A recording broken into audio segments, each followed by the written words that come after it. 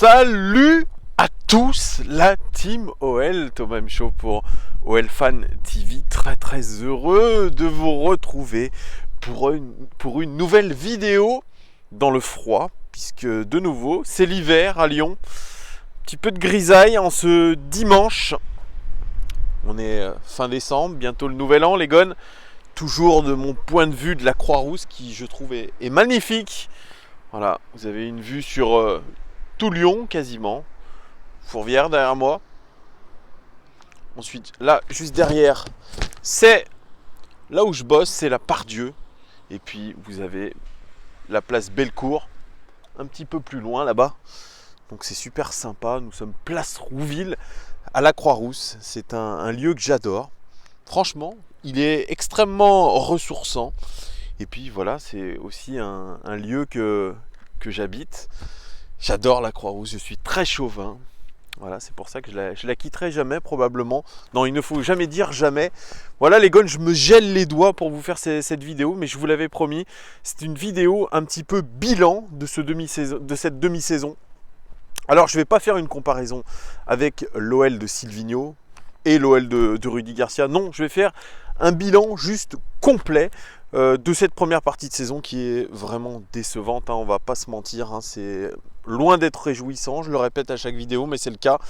On n'a pas vraiment rêvé, on a fait les montagnes russes, c'est une demi-saison paradoxale pour nous, avec un changement un petit peu de gouvernance au début de la saison, hein. Jean-Michel Aulas qui avait la volonté de lâcher un petit peu les manettes à son nouveau directeur sportif Juninho qui lui-même a recruté Silvino pour devenir notre nouvel entraîneur, puisqu'on a décidé de se séparer de Bruno Genesio après 3 ans plus ou moins compliqués, avec plus ou moins de réussite aussi, avec une relation avec les supporters très tendue, un climat qui était très austère autour de Bruno Genesio, et l'arrivée de Silvino, entraîneur novice, hein, qui était l'adjoint du sélectionneur du Brésil, Tite, je ne sais pas comment on dit. Voilà, il arrivait avec un petit peu ce style militaire, avec une aura prétendue. C'est vrai que sur la toile, notamment sur Twitter, où beaucoup de choses se jouent en ce moment, hein, c'est vrai qu'on a l'impression qu'il y a le diktat aujourd'hui des réseaux sociaux. Il faut faire avec, c'est ça, c'est les réseaux sociaux, c'est YouTube, c'est ce que j'utilise d'ailleurs pour vous parler. Donc il faut faire avec aujourd'hui, il ne faut pas dire Twitter, ah c'est nul, non. Il y a une communauté Twitter, il y a une opinion publique sur Twitter, et je pense qu'on n'a pas le droit de passer outre. Voilà, ça fait partie aujourd'hui du jeu. On est passé dans une nouvelle ère, on va arriver en 2020, et c'est aujourd'hui une nouvelle forme de communication. Une nouvelle forme un petit peu de dictature aussi de temps en temps. Jean-Michel Aulas, il a beau détester les réseaux sociaux, il a beau dire que en gros les supporters doivent être derrière le club, etc. et arrêter de se cacher derrière des pseudos. Et je crois que Jean-Michel Aulas, lui, passe sur Twitter pour faire passer des messages. J'ai dit 2 fois le mot passer, désolé, hein, mon vocabulaire aujourd'hui est un peu frigorifié. Voilà. Oui, il passe aujourd'hui par les réseaux sociaux, Jean-Michel Aulas, pour faire passer des messages. Et je crois qu'il ne faut pas négliger ça, il faut arrêter de taper sur le soi-disant supporter prépubère qui vient pour la première fois au stade pour supporter son équipe. Non, ben voilà, on a le droit de supporter l'Olympique Lyonnais, d'avoir 20 ans. D'ailleurs, si je regarde les statistiques de ma chaîne, la plupart d'entre vous qui me regardez, vous avez entre 20 et 34 ans. Donc c'est pour ça, on s'adresse aujourd'hui à tout le monde, on s'adresse à une clientèle, à plutôt un public assez jeune. Et ça, aujourd'hui, il faut arrêter de taper dessus. C'est comme ça. Alors Twitter, oui, c'est l'emballement. Les réseaux sociaux en général, même sur ma chaîne YouTube, c'est de l'emballement aussi. Il y a beaucoup d'emballement sur les commentaires, mais franchement, on ne peut pas vous en vouloir. Vous avez le droit de parler. Aujourd'hui, c'est un moyen d'expression, Twitter. Les réseaux sociaux sont un moyen d'expression. Même YouTube est un moyen d'expression. Il y a quelques années en arrière, on n'avait pas tout ça. Et au final, il y avait pas mal de supporters qui n'avaient pas cette parole-là, cette libre parole. Et moi, j'aimerais la rétablir via ma chaîne. Voilà, vous avez le droit à votre parole, vous avez le droit de dire ce que vous voulez sur l'Olympique Lyonnais. Et d'ailleurs, vous avez raison, votre avis, c'est le vôtre, mais il a le droit d'être respecté. Nous sommes encore en démocratie, en tout cas on espère. Et le club n'a pas le droit aujourd'hui de vous couper le sifflet parce que vous avez votre avis.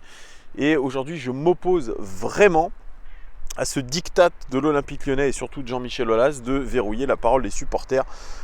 Vous dépensez de l'argent pour votre club, vous êtes des passionnés, vous avez un œil averti. Donc même si on vous critique par rapport à ce que vous dites, eh bien on s'en fout. Vous avez le droit de dire ce que vous voulez. Vous avez un œil attentif sur notre club. Et merci à vous d'ailleurs d'être de plus en plus nombreux à commenter un petit peu cette actualité de l'OL via ma chaîne YouTube, via peut-être de temps en temps mon compte Twitter. Voilà les gars, petite analyse de cette demi-saison, en termes de statistiques. Alors il y en a qui vont détester, mais je trouve que on ne peut pas analyser une première partie de saison sans une partie analyse statistique avancée. C'est ce qui nous donne un petit peu une image très concrète de ce qui s'est passé. Donc je suis passé sur understat.com qui est un de mes sites de référence pour vous parler un petit peu de cette première partie de saison. L'OL 12e de Ligue 1, oui je vais vous parler pas mal de la saison de Ligue 1 parce que la Ligue des Champions, on a eu un parcours petit peu compliqué en phase de groupe. On a failli ne pas se qualifier pour les huitièmes de finale, mais on s'est qualifié, donc c'est plutôt positif quand même. Alors en championnat, on est 12e, vous le savez, on a 26 points. On devrait être 5e en termes d'expected points, de points attendus, avec 30 points. On devrait avoir 4 points de plus qu'aujourd'hui. Vous voyez, donc on est en sous-performance, ça aussi c'est paradoxal. Au niveau des buts, on a marqué 29 buts sur cette première partie de championnat. Nous sommes la 3e attaque de Ligue 1, ce qui est plutôt pas mal. Mais en termes d'expected goals, on aurait dû en marquer 23 et on est la 8e attaque en termes d'expected goals. Donc vous voyez qu'on est en surperformance. Donc on est en sous-performance au niveau des expected points, mais on est en surperformance très claire d'ailleurs en termes d'expected goals. Au niveau des buts encaissés, on a encaissé 18 buts. On est la 4e défense de Ligue 1, ce qui est plutôt très bien. Par contre, on est encore mieux au niveau des expected goals against, donc sur les expected goals qu'on aurait dû encaisser. On aurait dû en encaisser 17 et on est 3e aussi. Donc au final, on a une défense qui est plutôt rassurante. C'était d'ailleurs, les Gones, un petit peu notre talon d'Achille sur les saisons avec Bruno Genesio, c'est qu'on avait une défense qui était un peu compliquée. Et aujourd'hui, vous voyez, en championnat, c'est loin d'être dégueulasse. Alors bien sûr, je ne me base pas par rapport au niveau moyen de la Ligue 1. On le sait, la Ligue 1, c'est très moyen, surtout cette année. Mais en tout cas, c'est une belle statistique. Il faut le noter quand il y a des choses positives. On a retrouvé une bonne assise défensive. Alors notre charnière préférentiel de cette saison, c'est Denayer et Andersen, et mine de rien, elle fonctionne plutôt pas mal, notamment grâce aux performances de Denayer qui est quand même à un très très bon niveau depuis qu'il est arrivé à l'Olympique Lyonnais. Est-ce qu'il progresse ? Ça c'est une autre question, mais en tout cas il maintient son niveau et vous le voyez, c'est plutôt pas mal. Alors Andersen, c'est moyen plus encore, hein. Je pense qu'il faut que il travaille encore, qu'il s'adapte encore, qu'il prenne confiance en lui. Aujourd'hui, par rapport aux 30 millions investis sur lui, il n'est pas à son plein rendement, mais je pense qu'il va falloir attendre avec lui, il va falloir être patient. Mais en tout cas, la défense, elle tient le choc, mais on peut parler aussi des latéraux qui ont beaucoup été décriés aussi sur ce début de saison. Beaucoup de blessures aussi, hein, que ce soit Dubois, que ce soit Koné, que ce soit Marsal, que ce soit Tête. Et bien au final, cette défense, elle tient. Alors, bien sûr, la défense, c'est pas uniquement les défenseurs, c'est aussi toute une équipe. Et bien, l'équipe défend plutôt pas mal. Et franchement, ça, on peut s'en réjouir aussi. Au niveau de l'indice de pressing, vous savez, ce sont les passes autorisées à l'adversaire avant une intervention défensive. Bien, on autorise en moyenne 10 passes à l'adversaire avant une intervention défensive, ce qui fait qu'on a le 6e PPDA de Ligue 1, ce qui est plutôt correct, alors que souvent, moi j'ai décrié ce pressing bien qui est un petit peu désordonné, qui n'est pas tout le temps au top du top. Et bien au final, sur cet indice-là, sur cette statistique-là avancée, le PPDA est de 10 et on est 6e de Ligue 1, ce qui est correct, mais je pense qu'on pourrait quand même un peu plus performer par rapport à ça. On pourrait se rapprocher un petit peu du Paris Saint-Germain. Le Paris Saint-Germain est à 6, hein. Nous on est à 10, donc il y a encore un sacré gap entre nous. Au niveau des meilleurs buteurs du club, on a Moussa Dembélé. C'est le meilleur buteur en Ligue 1 chez nous avec 10 buts. Il aurait dû en marquer 6. Et là, vous voyez, il est en surperformance, Moussa Dembélé. Memphis Depay, deuxième meilleur buteur du club. Il a 9 buts. Il aurait dû en marquer 4,5. Vous voyez, là aussi, il est clairement en surperformance. Ensuite, arrive Jeffren Adelaide. 2 buts. Il aurait dû en marquer 1. Lui, il est cohérent par rapport à la qualité de ses occasions. Oussem Aouar, c'est la même chose. 2 buts, il aurait dû en marquer 2, très cohérent. Martin Terrier, 0 but en Ligue 1, il aurait dû en marquer 1, très cohérent aussi. Et Lucas Touzard, eh bien, lui, il a marqué 2 buts, mine de rien. Hein. Mine de rien, il a marqué plus de buts que Terrier, il aurait dû en marquer 1. Donc, vous voyez, on a un duo de tête qui est composé de Dembélé et de Memphis qui sont clairement en surperformance. Et là, c'est inquiétant. Là, c'est inquiétant, les gars, puisqu'on a marqué des buts. On n'est pas au top du top, on est 12e en Ligue 1, on a marqué quand même pas mal de buts, on a une attaque qui est la 3e attaque de Ligue 1, mais on est en surperformance. C'est ce que je vous disais, et ça c'est inquiétant, parce que quand on est en surperformance, c'est qu'à un moment donné, ça va tomber. Là déjà, il y a la première lame qui est tombée avec la blessure de Memphis Depay, qui est notre deuxième meilleur buteur. Puis Dembélé, qui est en panne sèche complète, donc attention à ça. C'est ça qui m'inquiète le plus, c'est que on est 12e et on est en surperformance au niveau de l'attaque. Heureusement qu'on a une défense qui tient plutôt le choc. C'est plutôt ce qui nous maintient un petit peu la tête comme ça, un petit peu hors de l'eau. Mais attention, voilà, je l'aurais prévenu. Au niveau des meilleurs passeurs, Thiago Mendes. Thiago Mendes, qui n'a pas fait une très très bonne première partie de saison. Pas dans le tempo, Thiago Mendes. Mais mine de rien, meilleur passeur de notre club. Avec 5 passes décisives et il aurait dû en faire qu'une. Lui aussi, il est clairement en surperformance. Ça, il faut le noter. Deuxième, Traoré, 3 passes décisives en Ligue 1. Il aurait dû en faire 2,5. Donc, vous voyez, plutôt cohérent avec la qualité de ses passes. Et puis, Oussem Aouar, 3 passes décisives aussi. Il aurait dû en faire que 1,4. Donc, on a des joueurs qui sont inconstants dans ce trio. Thiago Mendes qui, mine de rien, a fait une première partie de saison qui n'a pas été au niveau, en tout cas pas au niveau attendu. Il fait partie des déceptions un petit peu, mais voilà, il soigne un petit peu ses statistiques de passes décisives. Lui est en surperformance et ça rassure pas beaucoup. Et Oussem Aouar, 3 passes décisives, 2 buts, ce n'est pas assez par rapport à ce qu'il s'était déjà fixé comme objectif. Objectif déjà 10 buts sur la saison. Il peut les atteindre, mais aujourd'hui, il est en deçà de ses possibilités, même s'il a fait quelques matchs aussi par à coup où il a été bon, mais c'est peu, c'est trop peu.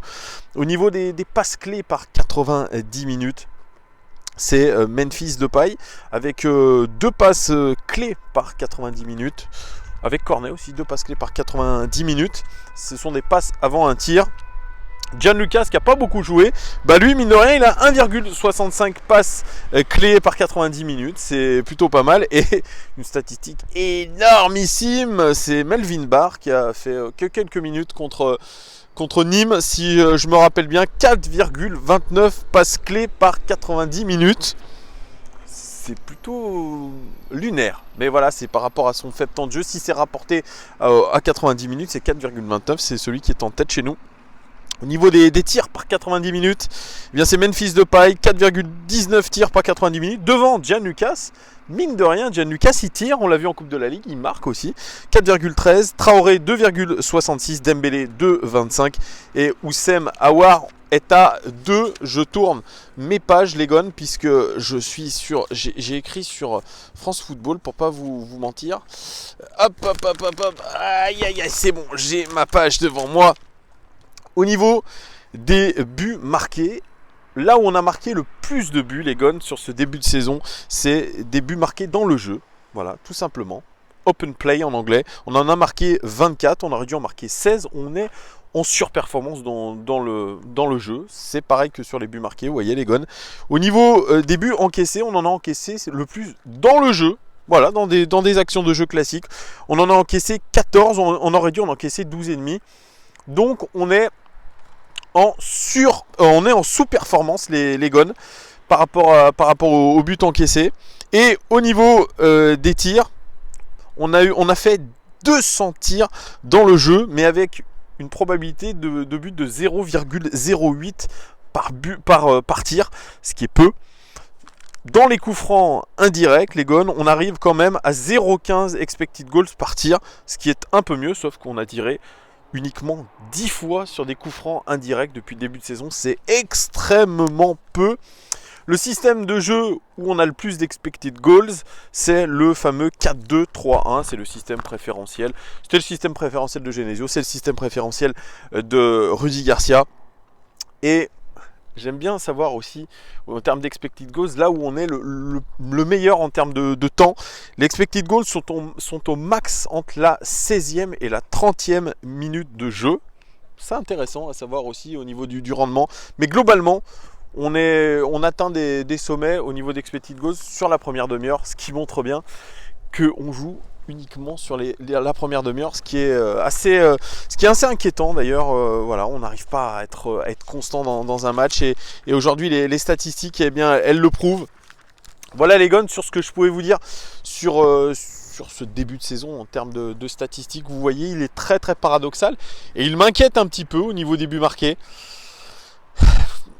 C'était un petit peu le cas quand il y avait les Fekir, les Depay, les Ndombele, etc. On était un petit peu en surperformance et on l'a payé ensuite sur la deuxième partie de saison. Moi j'ai peur aujourd'hui qu'on paye aussi cette surperformance, alors que déjà on est assez loin en championnat. Il y a des recrues, comme je vous l'ai dit, qui ont déçu, Thiago Mendes notamment, Andersen. Il faut être mesuré, c'est un joueur qui a des qualités, mais c'est un joueur aujourd'hui qui doit prendre confiance, qui doit donner un petit peu la plénitude de ses moyens. Il faut lui laisser encore un petit peu de temps. On fera les comptes à la fin de la saison. Mais aujourd'hui, ce n'est pas assez. On peut parler de Gianluca. Gianluca, je ne sais pas pourquoi il joue si peu. Il mériterait de jouer un peu plus pour qu'on sache son vrai niveau, Gianluca. Tatarusanu, j'en parle pas trop parce que Tatarusanu c'est particulier. On l'avait recruté en lui mentant un petit peu, en lui faisant miroiter une place de titulaire. Il a joué qu'un match, c'était en Coupe de la Ligue contre Toulouse où il a été correct, mais voilà, lui aussi cherche une petite porte de sortie parce qu'il a envie, c'est légitime d'avoir envie de jouer. Donc voilà, Tatarusanu c'est léger. Youssouf Koné qui s'est gravement blessé à la cheville, lui aussi fait un début de saison compliqué, vraiment compliqué, du mal à s'adapter, mais voilà, c'était un risque à prendre puisqu'il avait fait qu'une demi-saison du côté de Lille où il avait été plutôt bon. Et là, il a les pires difficultés du monde à se mettre dans le tempo, à être concentré, à apporter des choses dans le jeu. C'est là où c'est un petit peu décevant. Il y a aussi peut-être à se poser des questions par rapport à ce qu'on veut faire des jeunes. Alors on essaie de les mettre sous couveuse, que ce soit Ryan Cherki qui a montré des belles choses, mine de rien. Quand il est rentré, il a à chaque fois créé des choses, il a été entreprenant, ça c'est très intéressant. On peut penser à Maxence Cacré qui a pris sa chance à chaque fois qu'on lui a donné, mais sa gestion est très bizarre de la part de Rudy Garcia. Où veut-il en venir avec Maxence Cacré ? Lui aussi on le met sous couveuse un petit peu de manière bizarre. Je ne sais pas comment veut gérer Rudy Garcia, Maxence Cacré. Ça, il faudra aussi être attentif à cette situation. Il faudra lui aussi qu'il se pose les bonnes questions. Il est certes jeune, mais il a besoin de jouer, il a besoin d'évoluer. Et je pense qu'aujourd'hui, dans une équipe qui tourne pas forcément bien, c'est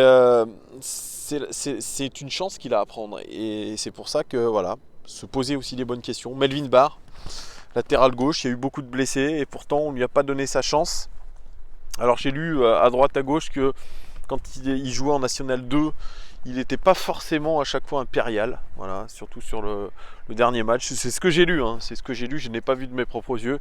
Mais lui aussi, il a besoin d'évoluer. Alors il y a des choses qu'on ne connaît pas. Je suis un petit peu d'accord avec Jean-Michel Aulas. Dans son interview, il dit voilà, il faut arrêter de parler à tort et à travers. Moi, je suis plus au fait que vous de ce qui se passe en interne. Le staff est plus à même que vous de parler et de faire des choix.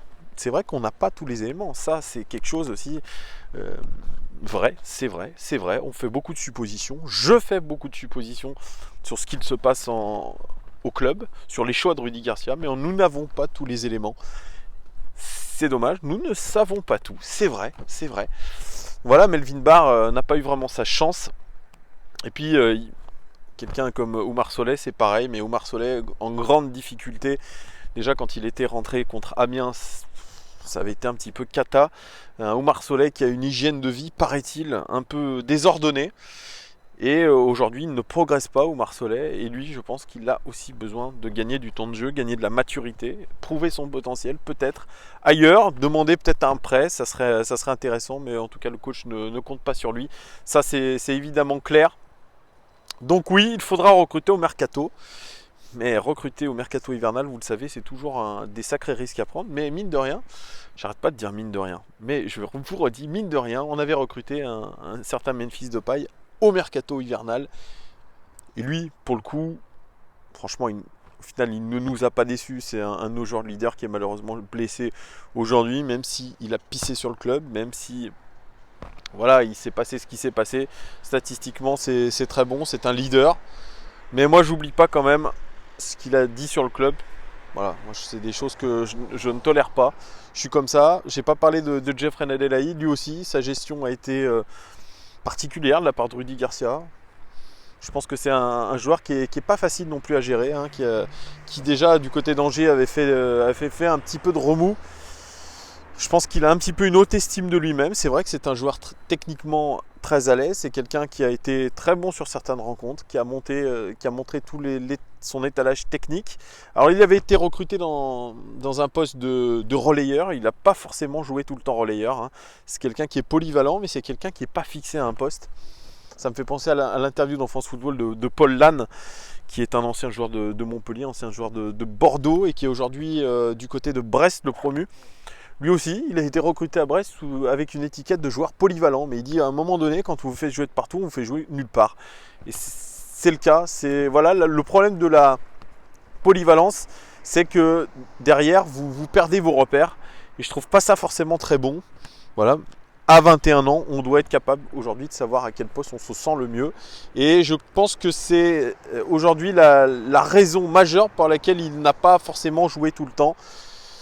C'est que voilà, on se dit on va le faire jouer à tel poste et puis non, et puis on pense à lui, attaquant, ailier, relayeur.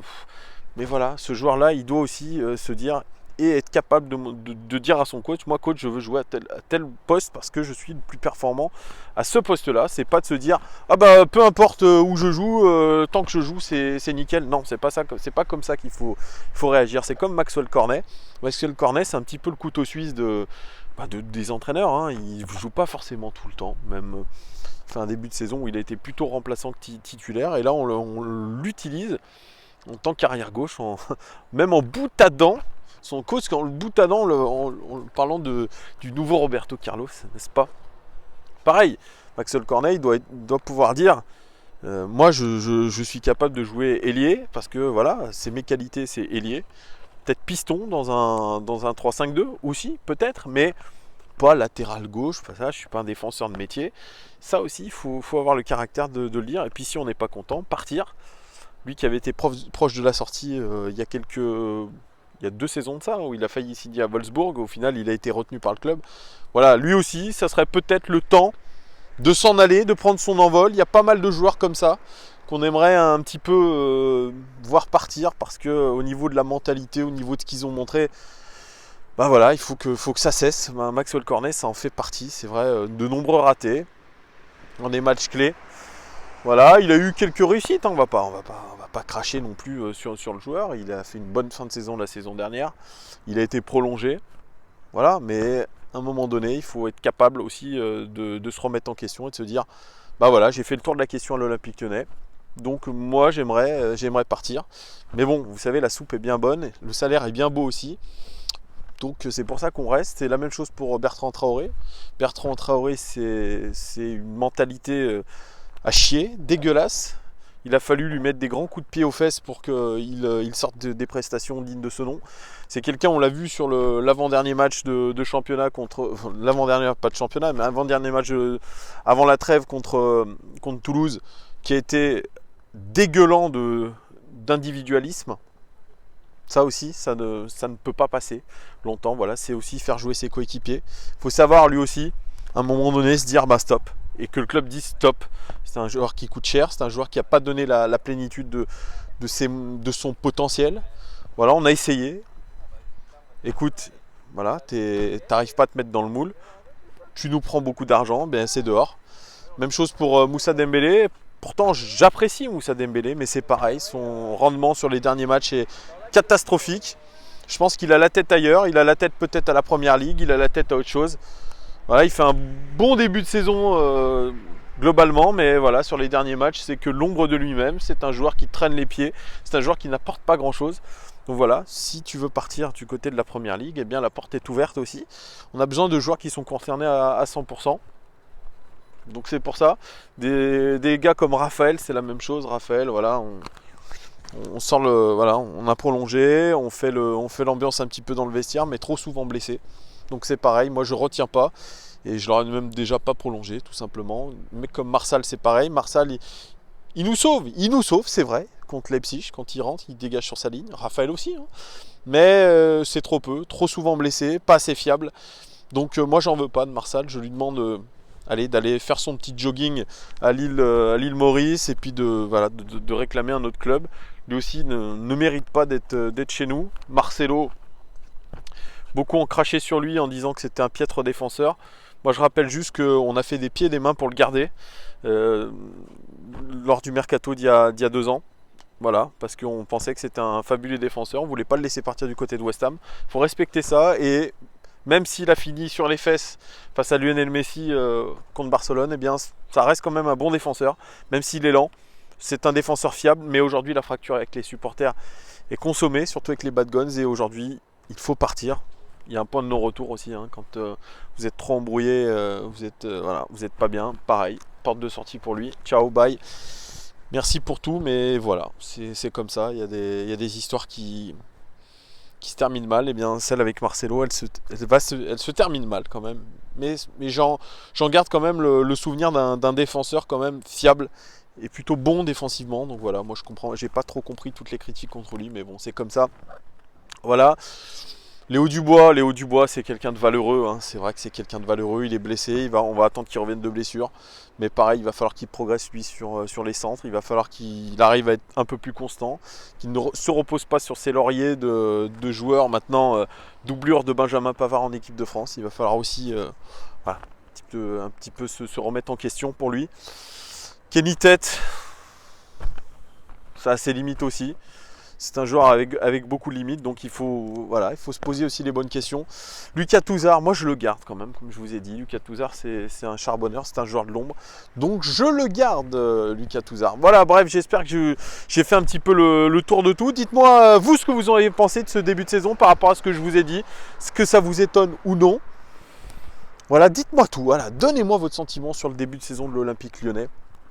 Est-ce que vous êtes optimiste pour la deuxième partie de saison ou pas? Ou alors vous dites bah ouais Thomas, tu nous as donné des statistiques là qui nous font un petit peu peur. Ou alors, et puis dites-moi, c'est les joueurs que vous garderiez au mercato ou ceux que vous vendriez absolument. Dites-moi tout en commentaire les gones. Je vous souhaite très bonne fin de week-end et je vous dis à très vite pour la reprise de la saison de l'OL. C'est le 31 décembre du côté du Groupama Stadium. Ciao, ciao, ciao, ciao, ciao.